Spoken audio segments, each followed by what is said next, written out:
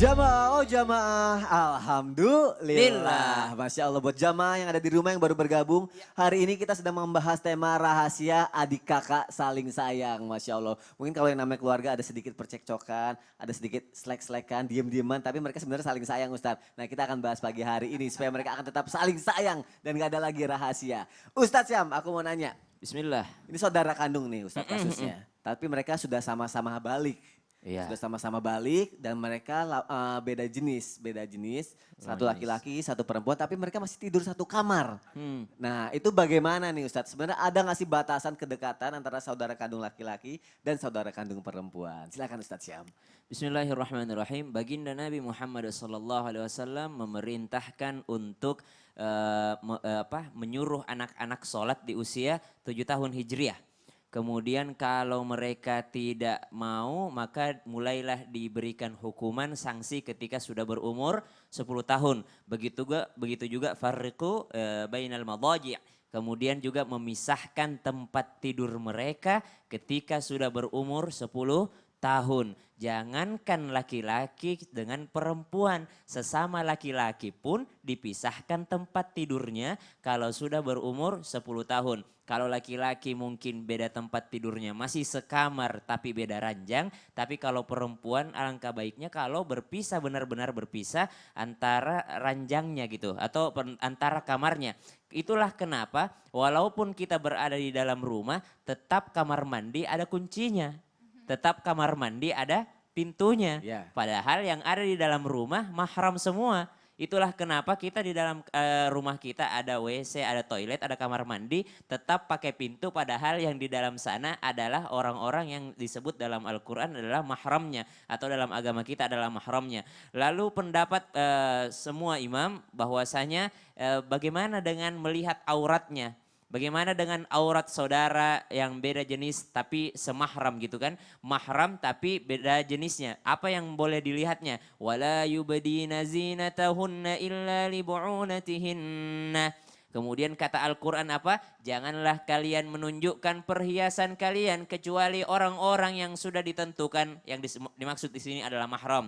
Bapaknya, kemudian saudara laki-lakinya itu mahram semua kan. Tapi apa yang diambil daripada ulama di sini hikmahnya kenapa Al-Quran menyebutkan jangan menunjukkan perhiasan. Maka ulama mazhab, ulama fikih maka mengatakan fuqaha mengatakan bahwasanya yang disebut di sini maka yang dilihat oleh saudara adalah yang lawan jenis adalah yang pantas. Pantas yang dimaksud pertama adalah yang wajar kelihatan. Kemudian yang kedua yang dimaksud adalah kenapa perhiasan adalah yang boleh dilihat adalah yang biasa mengenakan perhiasan. Yang biasa mengenakan perhiasan. Gelang berarti bagian sini, kemudian kalung berarti bagian sini, kemudian anting berarti bagian telinga, kemudian mahkota berarti bagian rambut. Ya. Maka itu adalah yang disebut dengan zinatahunna. Maka dari sinilah ulama fuqaha mengambil kesepakatan bahwasanya yang boleh dilihat mahram pun yang boleh melihat hanya bagian itu. Kemudian ada lagi ulama yang mengatakan bahwasanya kalau sesama jenis laki-laki misalnya sama laki-laki bahwasanya yang disebutkan adalah yang boleh dilihat adalah hanya antara di bawah lutut kemudian di atas pusar.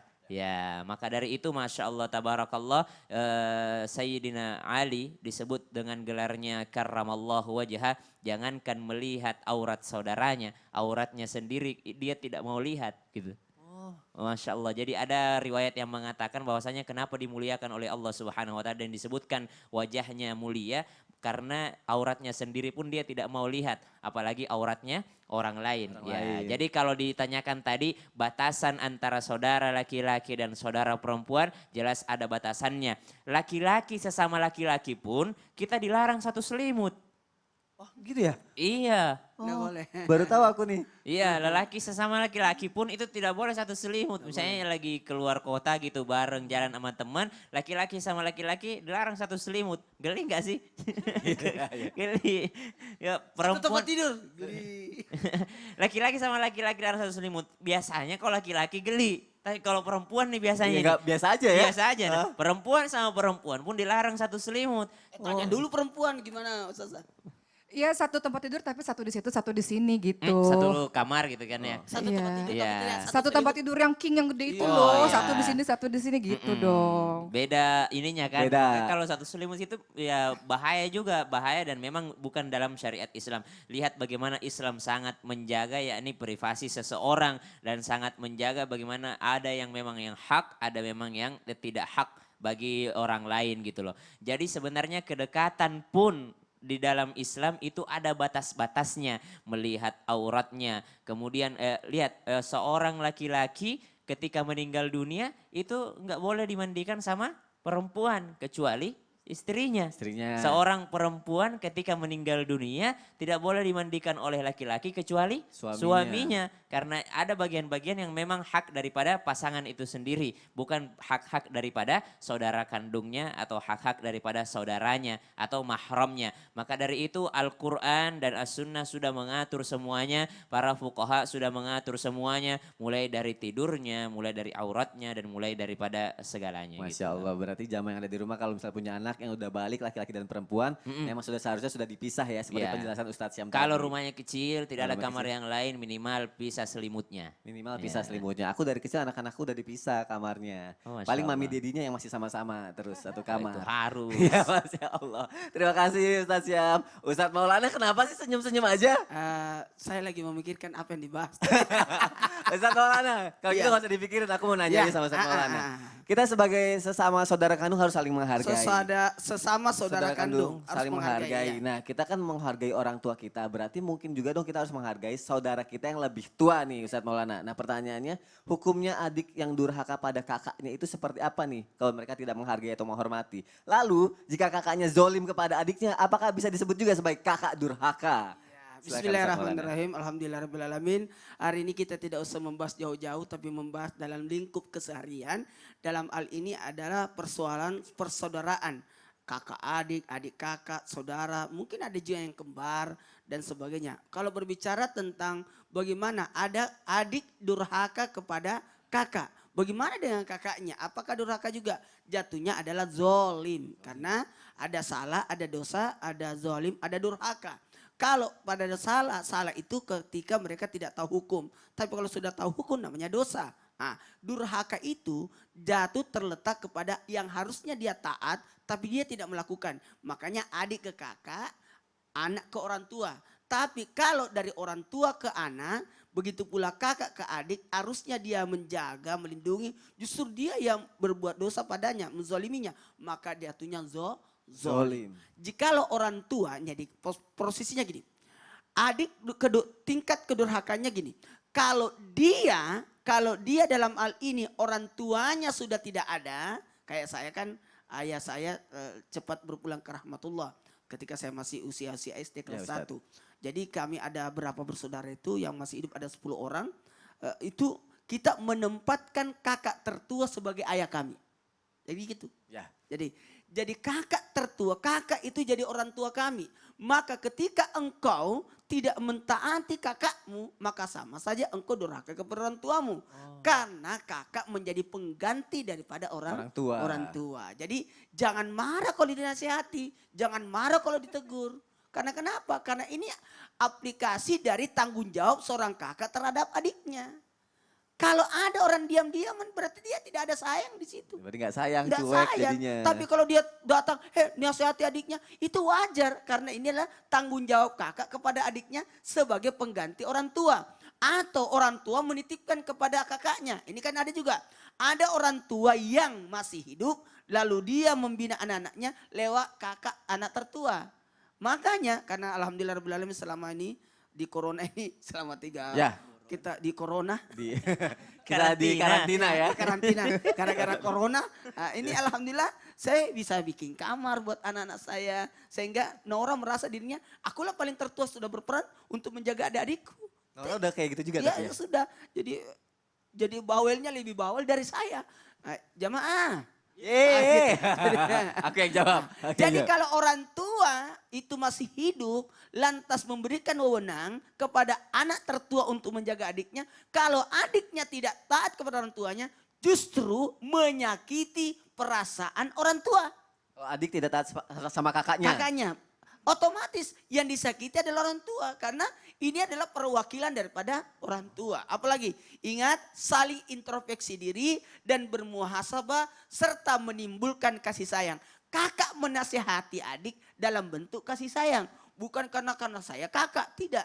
Tapi bagaimana kita bisa alhamdulillah rabbil alamin. Karena peraturan di keluarga saya siapa yang tertua dia yang jadi bapak. Kalau sudah nikah keluar dia yang paling tertua lagi. Oh yang di bawahnya itu jadi menggantikan posisinya. Pas giliran saya. Nah gimana tuh? Giliran saya yang paling tertua. Wah kata ibu saya, kamu jangan menikah dulu karena kau yang tanggung jawab semua adikmu. Terpaksa saya kasih nikah adik-adikku semua aman sudah. Artinya apa? Di sini bentuk tanggung jawab. Peran. Makanya kalau ada adik yang mau menikah, siapa yang jadi walinya? Kakaknya. Nah, jadi mohon izin. Ingat kakak itu, kakak yang ke bawahnya menjadi dari kakak ke adik namanya sayang. Tapi kalau adik ke kakak namanya hormat. Tapi kalau seumuran, karena ada kadang-kala kembar kan, maka di situ saling menghargai. Nah, tapi pada posisi ini mohon maaf ya, lihat juga usianya. Kalau sudah besar-besar, sudah gadis-gadis, sudah pemuda-pemuda, lihat posisinya. Bagaimana adabnya menasehati, bagaimana adabnya menghargai, mengingatkan. Jangan di depan umum, jangan sampai dia merasa dipermalukan. Masya Allah, berarti seperti Ustadz Maulana bilang kalau peran kakak adalah menggantikan peran dari kedua orang tua. Kedua orang tua. Jadi adik harus hormat kepada kakaknya. Kayak Ustaz Sam, bapaknya di Maros. Ya. Ustaz Sam di sini tinggal sama adiknya. Adiknya harus dengerin nih. Mudah-mudahan adiknya nonton. Nah. Apa yang dikatakan kakak dengerin. Nah, untung Ustadz Sam kalau nasihatin secara sesuatu yang baik ya, Masya Allah. Oh gimana belum tahu aja di Belum tahu ya? rumah. Kalau gitu nanti kita bahas lagi, Masya Allah. Jazakallah khair Ustadz Maulana. Sekarang kita berlanjut ke Ustazah Oki. Ya. Ustazah aku mau nanya pertanyaan aku yang tadi tuh, yang di segmen 1 tadi ya, yang mengenai saudara tiri dan saudara kandung. Nah pertanyaan lagi aku ingetin lagi ya, bagaimana kedudukan saudara tiri dalam Islam? Apakah kewajiban dan tanggung jawab saudara tiri itu sama seperti saudara kandung? Ya, kita harus tahu dulu tadi saya bilang ada saudara tiri yang jadi mahram, ada Ya. saudara tiri yang bukan mahram. Ya. Bagaimana cara membedakannya? Contoh, dikasih sebuah kejadian supaya kita lebih mudah dalam memahami.